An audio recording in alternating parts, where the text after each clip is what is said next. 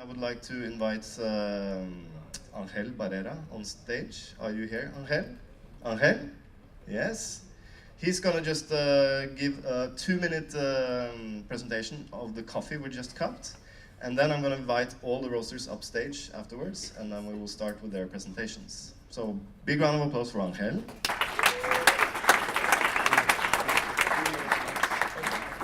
Also, thanks a lot for the opportunity. I think it was very fun for us to do it as well. We had, just to start, we had to repack the coffee, which changed it all, because when we heard about it, we say, okay, probably we can send one bag. But they say no, we want them to have just a half bag, so that way it can be more complicated. Well, starting from that, it was funny. Then this is, for you to have an idea, is the technical sheets that we do at Belco. So this is an arrival. So they had all the technical details on the coffee they were having. And this is the coffee, actually. It is a coffee from, the department is called Aguachapán and the region is called Ataco. So it's basically, the farmer is called Mauricio Salaverria. I always like to compare his operation with a microbrewery, because it's actually a medium-sized farmer, but as a miller, he's very small. Some of the things that I saw in the coffee is that actually, I think roasters were able to highlight what we like about these coffees. Actually, we have been working with him for 4 years already, and in the first times, he is Mauricio. So in the first years, we were drying on patios. Then we start doing patio and African bed, and then we switch to only African beds. So basically, the coffee that you cup, it was only African beds. This lot was 20 bags. Actually, for micro lots, he's not able to do anymore, and we don't ask him to do anymore. We buy different micro lots that way, and he loved experiencing. So you can see. In the beginning, when we started, we were saying that it was a delicate natural, and we were talking about it because of the drying for us.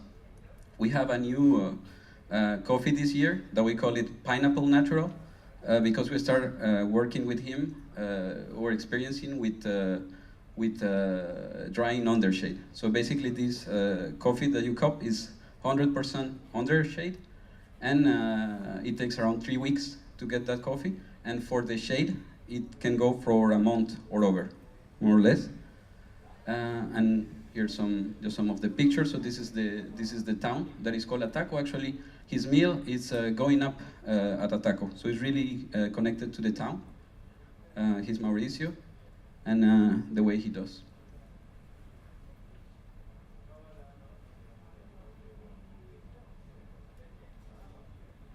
So I think that's it. And I hope you like it. Thank you, Angel.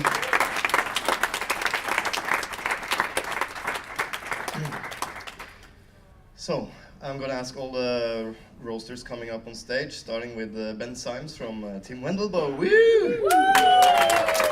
And then Patrick Rolfe from April Coffee Roasters. Simo Kristili from Solberg Hansen. Christian Gulbrandsson, that I always call Christian da Matteo. Tumi Ferrer from Teo Kaffi. Samuel Runkanen from Good Life Coffee. Magnus Lindskog from Supreme Roastworks. Alexander von der Lippe from Norway. Lippe in Norway. Lippe, Norway. Johan Hellstrøm Jørgensen from Jørgensen Kaffebrenneri. And Christian Helgesen from Langøra Kaffebrenneri. So, okay, raise your hands. How many of you are from Norway? Raise your hand, you're from Norway. Too many. Simon, you're a Norwegian roaster. Come on. Okay, how many roasters are in Denmark? 1. How many are in Sweden? 1. How many are in Finland? And Iceland? Cool. So it's a Norwegian championship. Simo, I would like you to stand up. You can talk into this mic. Here's the clicker, so if you want to change the slides, you just turn around, and then maybe you should actually stand here. It's better. So first guy up to present is Simo from Solving Hansen. Hello. I'd like to first to present my team, the roasting team, which is Alex, Morten, Aina, and Torgeir.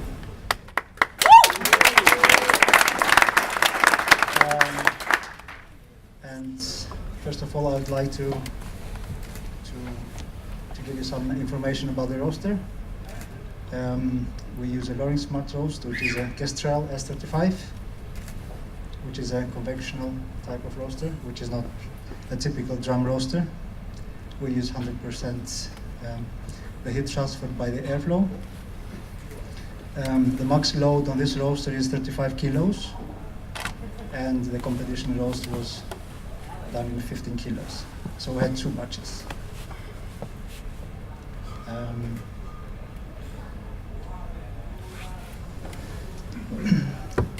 I mean, when we did the sample roasting, we find out that this coffee had a lot of sweetness and had some possibilities to give us much more fruitiness, and we find out that it was kind of acidity, but not very high level acidity, but the quality of the acidity was quite good. So our aim was to deliver coffee for this competition, which somehow represents what people would expect from this coffee, which will be a coffee that will preserve the natural taste of the coffee, but at the same time giving us delivering a more floral and more acidic and more liveliness in this cup. Technically, this roast is about 11.5 minutes or 11 minutes starting from the turn point. This is the second roast. The first one I had to throw away because it was totally underdeveloped. And for some reason, the coffee didn't react the way we wanted to react, so we lost totally the control. This one I had to go with a very safe way because I had no more chances, But at the same time, this is a normal philosophy that we use in our company when it comes to natural processed coffees. We use quite long roasts, which is in contrary with the high acidic and the floral coffees, which we go quite faster. So 11.5 minutes. Development time was 1 minute and 15 seconds, 16. And it was the thought that it has to be like that. On this roaster, you cannot hear that the coffee is cracking, so you have to estimate the development time might be, so if you want to copy this profile in your roaster, 1:15 or 1:16 is not a representative value, because this is a Loring. I cannot hear when it's cracking. I can assume, and as a standard reference, I assume that it's cracking on 200 degrees. My philosophy actually is what I explained. It was the taste profile, and I think when we did the cupping, I think we found those flavors that we've been expecting, and we were not very happy, but quite happy with the result. Actually, I didn't have too much things to say about the profile in general, but one of the things that I can highlight, and everybody can see that I use a very stable rate of rise after the stage that the coffee goes from the yellow to the brown in the browning stage. This is actually my philosophy on this roast. I needed to have totally control of the rate of rise during this period, and I wanted to have a quite high airflow after the first crack, because in that way I will get more clean cup due to the high airflow at the end of the roast. So I thought it was number I was discussing with different roasters, and I said that I thought it was number one because I believe that it was number one because it tastes the same as it did in the cupping table at Solberg, and I hope it is. So this is what I have to say about my profiles. Yes. Thank you. Thanks, Simo. You may take a seat. Just to mention, Simo is the Norwegian roasting champion and will be representing Norway in the World Championship in China in the end of the year. Second guy up is Samuli. Please come up here.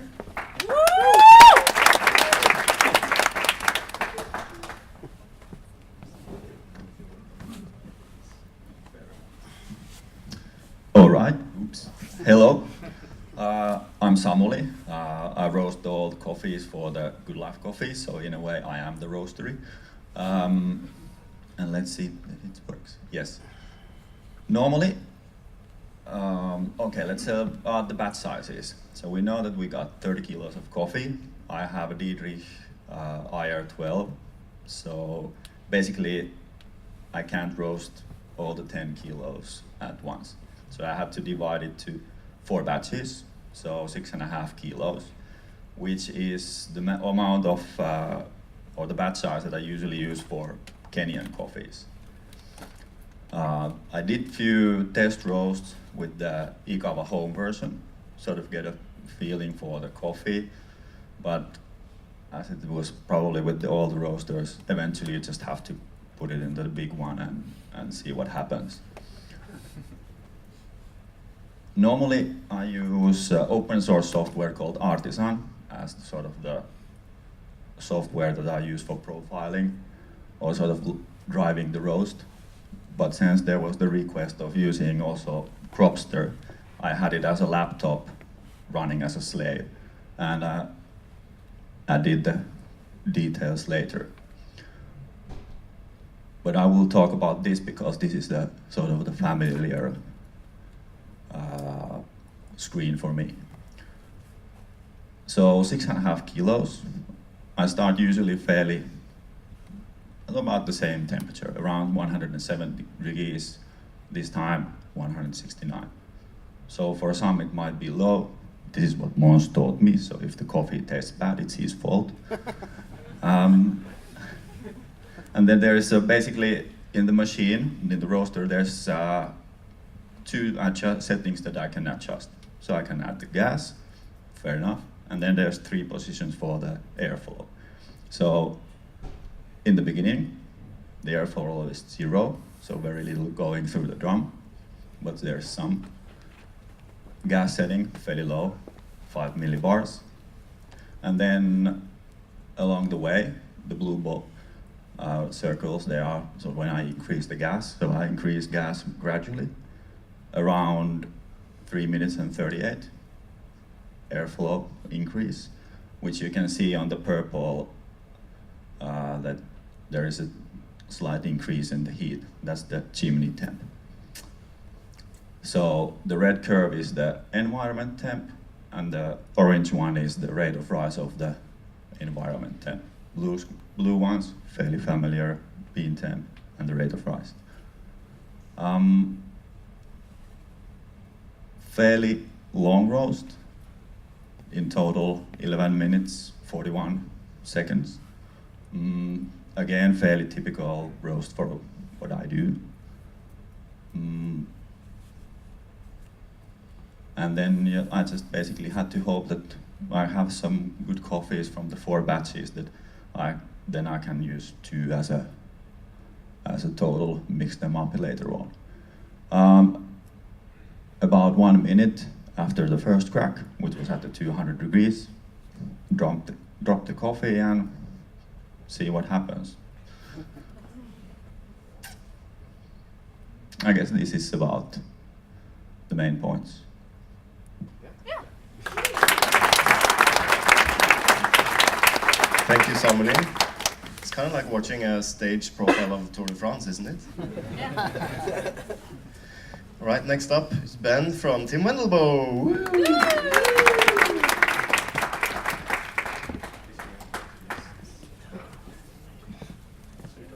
Hello. So this is our curve, roasted by Tim and Marit and myself. In the background you see, so first off we're roasting on a UG15 and we do 12 kilo batches. So that meant we just had 2 shots at this coffee. So the way we started was to do a few test roasts with the kawa and cup them and take colour samples, sort of giving us a ballpark and what we can expect with it in terms of like how dark or how light we can aim for. So the one in the background was the first roast we did, and the one in the foreground is what we used, and that was the second roast. We realized like it was quite a dense coffee and 10.9% moisture, so we thought we needed to have the gas on quite early. So we put the first gas mark at 50 seconds, which is a little bit, that's pretty standard, but it's maybe a little bit earlier than we do for some of these coffees. And then, yeah, that gave us enough momentum at least and enough energy in the beginning of the roast.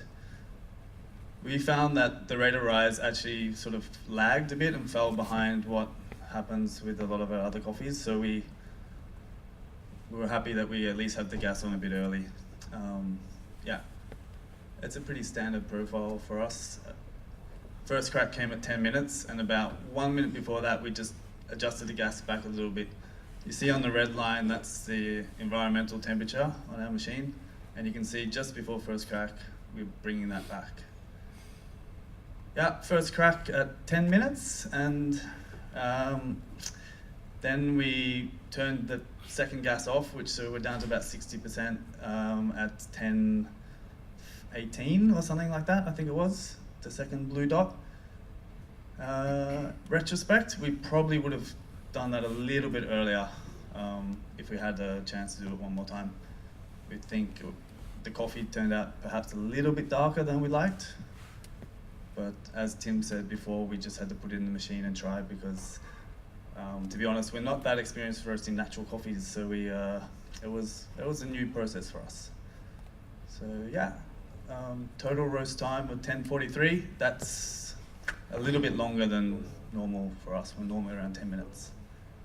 But overall, we were quite happy in the end, but we weren't super stoked on it. But yeah, it would have been good to have at least three or four shots. But yeah, it was a fun process, and to be honest, I couldn't pick it out of the table. I think there was 3 or 4 that maybe it wasn't, but otherwise I'm just hoping it was one of the ones that scored well. Yeah. Thank you. Yeah. Thank you, Ben. Oh, if we lose, I know who to blame now. Next guy up is Alexander Lippe from Lippe in Norway.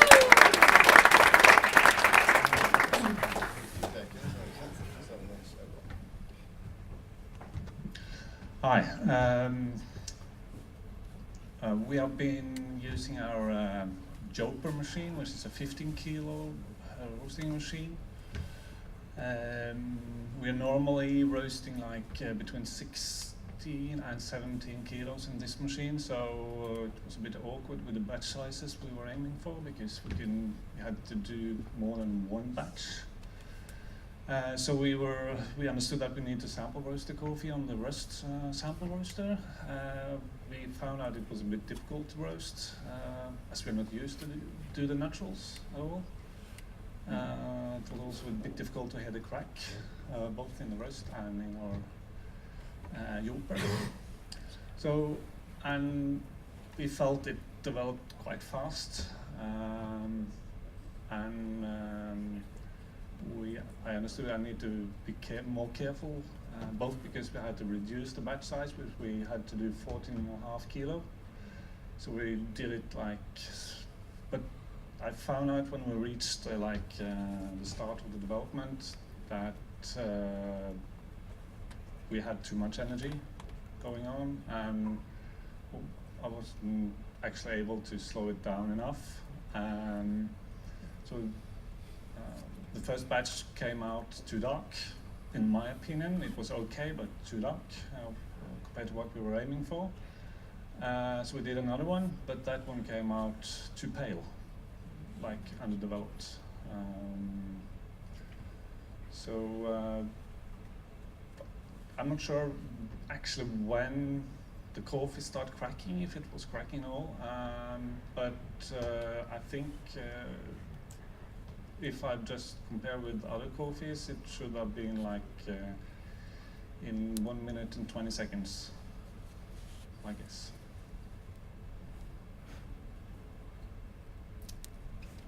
Yeah, is that good enough? Absolutely. Thank you, Alexander. Next up is Christian from Damateo.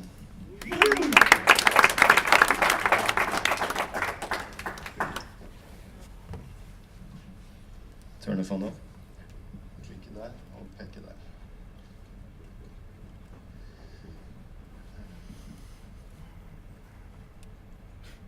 Like that. Oh, hi.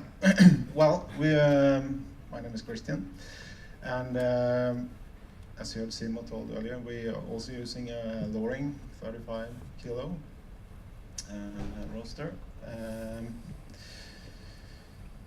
and we are roasting 50 kilo batches because that's what we normally do. So that's what we did this time as well. Feels more comfortable to do that. So we started the whole thing by doing some sample roasting of it, just to see what the flavors are from the coffee and how it would react in the roaster.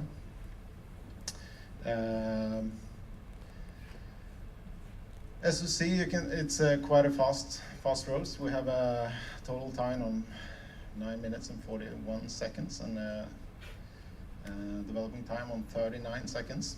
That could be like, we can't hear when it's cracking, so it might be like 1 minute as well, because we don't really know, to be honest.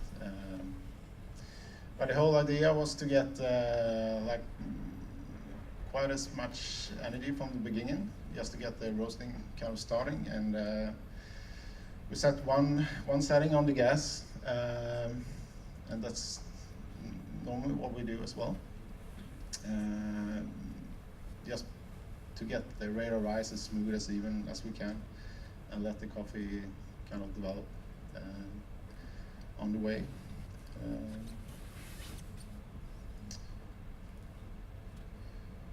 And most of the times I think that naturals are kind of developing quite fast when it comes to the crack, so it's quite hard to control them. And in this case, it went a little bit too fast, to be honest. But you know, we had 2 shots, and that was it. So we couldn't do anything more about it. But we were aiming for 10 minutes in total time, and around 1 minute in developing time. So we were pretty close, but a little bit too fast, to be honest. But I think we ended up with a pretty good result anyway. The coffee, when we cupped it, was quite balanced, had a good acidity, good sweetness as well, and good structure in the body. So we kind of, we are happy about it. Could be better, but it is what it is. So hope for the best. And I also think that Simo, number 1 is my coffee as well. Awesome. Thank you, Christian. We're never happy. We're always like, yeah, we could have done it better. Always. And that's good. We want to push. Next up is a very great guy, Magnus from Supreme Roasterix.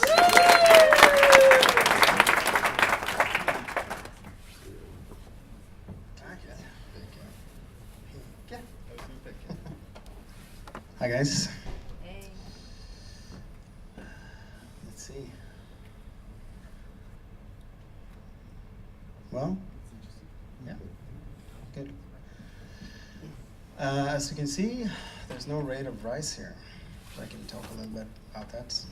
We use a Dietrich 12 kilo, just like Samuli. But I did something a little different than the previous ones here. I split the coffee into 6 batches. I tried a little bit first, and then I had 3 test batches that weren't really good at all.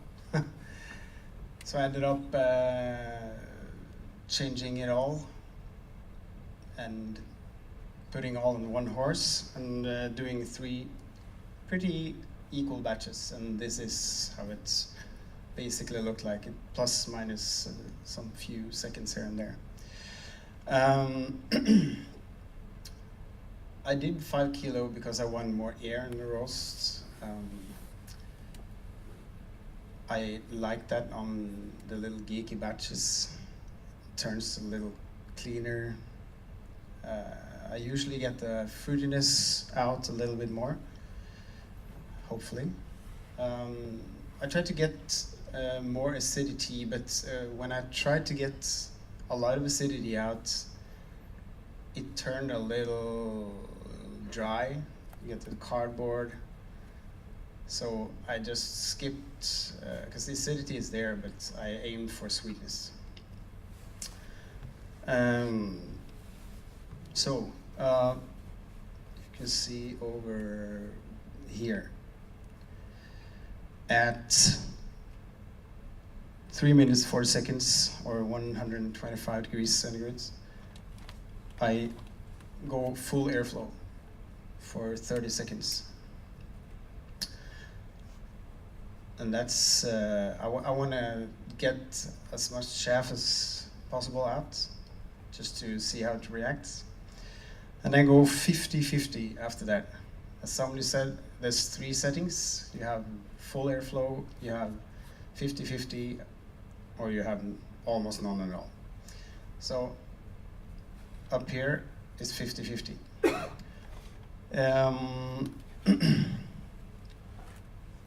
At 5 minutes and 35 seconds, or 166 degrees over here, I go all in again on airflow, and that I will keep it that way for the rest of the roast. And the gas was fairly high, actually. I went all in. Nah, not full speed. But as you can see over here, it's quite high. It's like 210 maybe. I guess that's different from roast machine to machine, but it's quite high for 5 kilo. The total time was 7:59. I had first crack at 7:09, I think it was. I could hear something before that, but it's probably just a pre-crack. And that was around 194 degrees, as you can tell. And that makes the ratio like 10.4%-ish. And I hope that got the fruit out. I blind tasted all the 6 batches that I roasted, and the first 3 we just rejected it. So this is basically a mix. 2 of them were the best, so it's a mix between 2, and then added a little kilo of the last one, just for the hell of it. No, it's 10 kilos, right? Well, I think that was it. Thank you, Magnus. Next roaster is Johan Hellstrøm Jørgensen from Jørgensen Kaffebrenneri.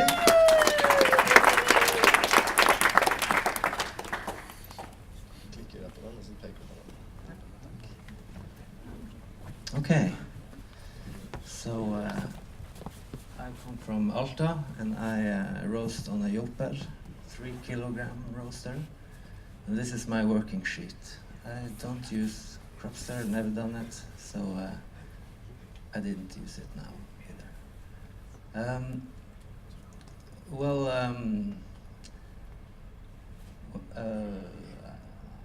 I tried to roast it 5 times before I landed on one roast that I liked.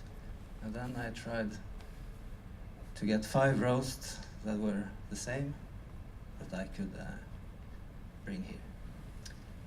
So I landed on lowering the start temperature to around 190 degrees. Actually a bit lower than that. And then with no heat in the roaster. And then I added more airflow than I usually did in this roast.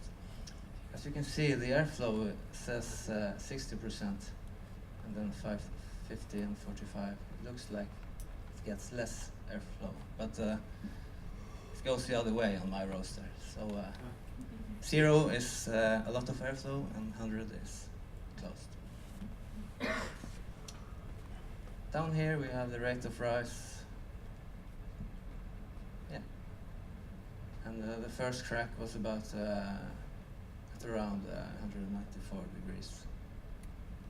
And I kept it in the machine, yeah, at 12 minutes, 20 seconds, I dropped it out.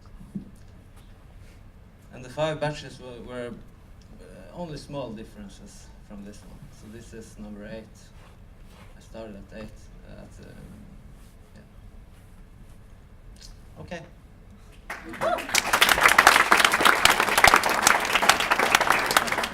Thank you. Roaster all the way from Alta, that's pretty cool. Yeah. Now we have a roaster all the way from Iceland.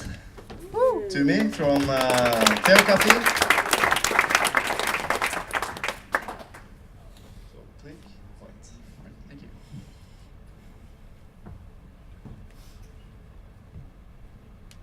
Hello. So, yeah, I just wanted to talk a little bit about how we decided on the profile itself. We did a lot of experiments first on the Ikawa, and how we kind of designed it was we decided on basically 4 parameters: charge temp, development during the Maillard phase, development after crack, and then end temperature. And these 4 parameters, we decided on basically 2 variations.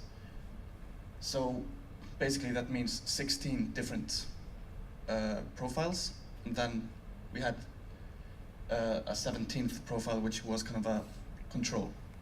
So that's how we started it. We blind cup everything, double blind, so didn't really know anything at all about any of the profiles, and went by taste.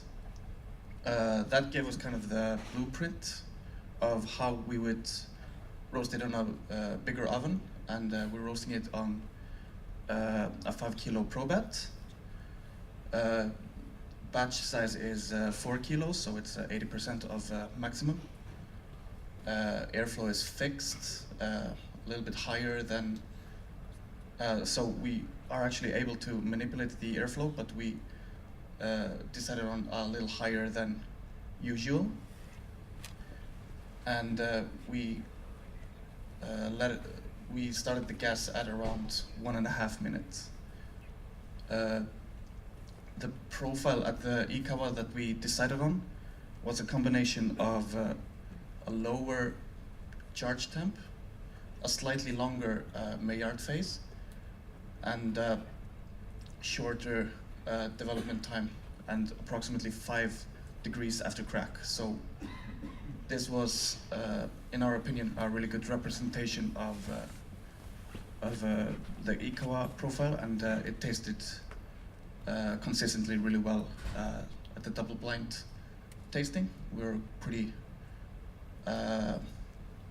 we kind of really agreed on this profile, and we were kind of aiming for mostly clarity and sweetness at this point. And we're actually pretty happy that it was not showing much fermenty flavor, so it was, in our opinion, a pretty good natural coffee. We didn't really have any experience with roasting natural coffees before that, so we kind of decided on just having a really just clean canvas. So we maintained a very open mind towards how the profile would look. So it's not a really standard profile for what we are doing generally. Usually we wouldn't.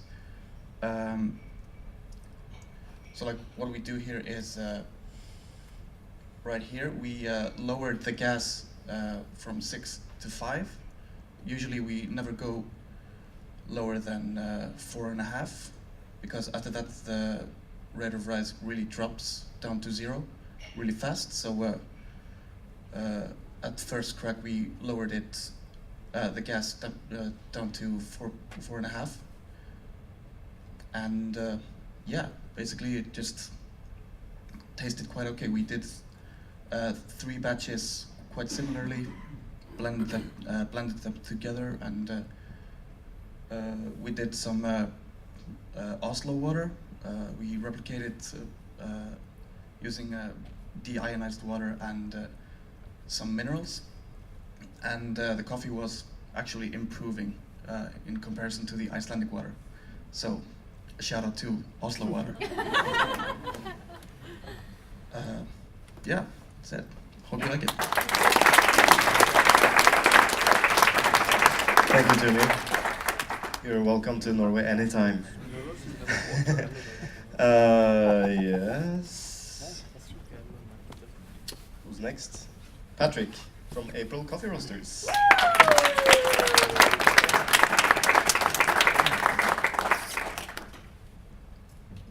Thank you, Mary. Let's just click first. So, first of all, 3 people roasted this coffee. Me, my new colleague, started this week, never roasted before, Joe, and we brought in a guy from Toronto as well, which is not a coffee roaster, but we believe in external input. We believe that's very important. So we bring kind of our experience and knowledge to the table, and then we put someone in that has a completely different background, and then we see what comes out of it. We did 3 different batches, 10 kilo each. We have a 15 kilo Loring roasting at the factory in Copenhagen. Pretty straightforward. I do not know which coffee is our coffee. I hope it's cup number 10, because that's far better than all the other ones. It's super clean from start to finish, and it has a very good flavor structure. And for me, the only cup that is actually clean from warm to cold, which I think is very important. So hope it's number 10. Basic curve. We believe in 4 very simple things when it comes to roasting coffee. We refer to them as start rate of rise, top rate of rise, crack rate of rise, end rate of rise.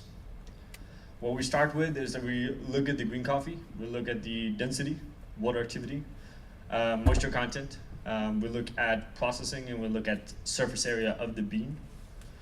And based on that, we basically have a chart of constellations of rate of rise that we adapt on coffees based on where those numbers are, right? So we're not necessarily looking what is the origin, what is the processing. We're looking what is the constellation of numbers in all of those different variables. And with that, now over time, we have a portfolio of rate of rise numbers that we're applying to the roast. And this coffee, for example, it has a very hard time to pick up energy. That's why I think we have some roasts that are a bit roasty, and some roasts on the table that are a bit light, and a lot of roasts that are just simply blended coffees, right? Because I think we all struggled a bit with this coffee to get this right. As you can see, which I thought was important for us to incorporate, we have a relatively ambitious or active way of roasting, right? We make a lot of changes. And the reason why we're making a lot of changes is that we want to make sure that we always hit the rate of rise numbers that we're referring to when we're roasting. Now the rate of rise curve is a bit shaky here. Unfortunately, the Wi-Fi was pretty bad the day we roasted, so the crafter connection is not perfect. That's why it's so shaky. But as I said, we basically, based on flavor clarity and cleanliness in cup, we have a set of rate of rises that we're looking for to apply with this coffee based on the variables of the green coffee that we're roasting. So it's very simple, very straightforward. 3 roasts, 2 completely failed, 1 very good. And we failed in over roast, under roast, and then we ended up with this. They were all roasted Saturday. as well as my other competition coffee as well. We want to keep a bit of vibrancy in the coffee, but wanted to make it clean as well. Development time and temperatures, we don't really look for that when we roast. We don't see that that is very important. We are, however, very much looking at the correlation between crack rate of rise and end rate of rise. Meaning that bean curve when we roast is not relevant. We're looking exclusively on the rate of rise when we're roasting to make sure that we get the values that we want. Yeah, that's about it. If you guys have any questions later on, just let me know. Thank you, Patrick. And I think this is the last one up. Christian Helgesen from Langøra. In Stjørdal, isn't it? Stjørdal.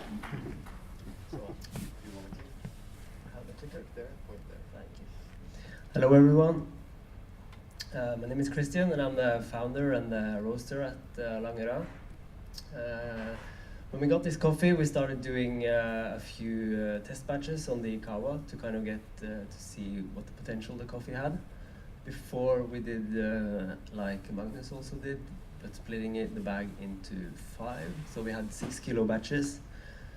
The approach we had for roasting this was the same as we do with all natural coffee. We roast quite a lot of natural coffees at Langøra, and we do quite long roasts. This one is 11:39, and we feel that with the way the dish is built up, with the hot air dynamics, you could do quite long roast without getting flat and baked flavors. So drop charge at 180, and we apply quite a lot of heat early on to get the roast going. And we noticed on this particular coffee there was a lot of chaff coming off, so we wanted to get that out without drying out the coffee. And then we lower the heat and give it a little boost at the end to just get the crack going, to get a short development time ratio, whilst still keeping a good development. So it was very exciting because the last 2 years we've been roasting inside a little old stabbur wooden building, just 20 square meters. And two weeks ago we moved the roaster into a brand new building. So we had 1 week to test the setup because the old stabbur was very unstable, very hot in the summer and extremely cold in the winter time. So now we are roasting. Yeah, we can do more stable roasts. Total roast time, yeah. First crack happened at 10:52, and development time 47 seconds. So we did 2 batches first, 6 kilo that we cupped, and then we did 3 batches that we mixed, the two last ones. Thanks. Wow, thank you.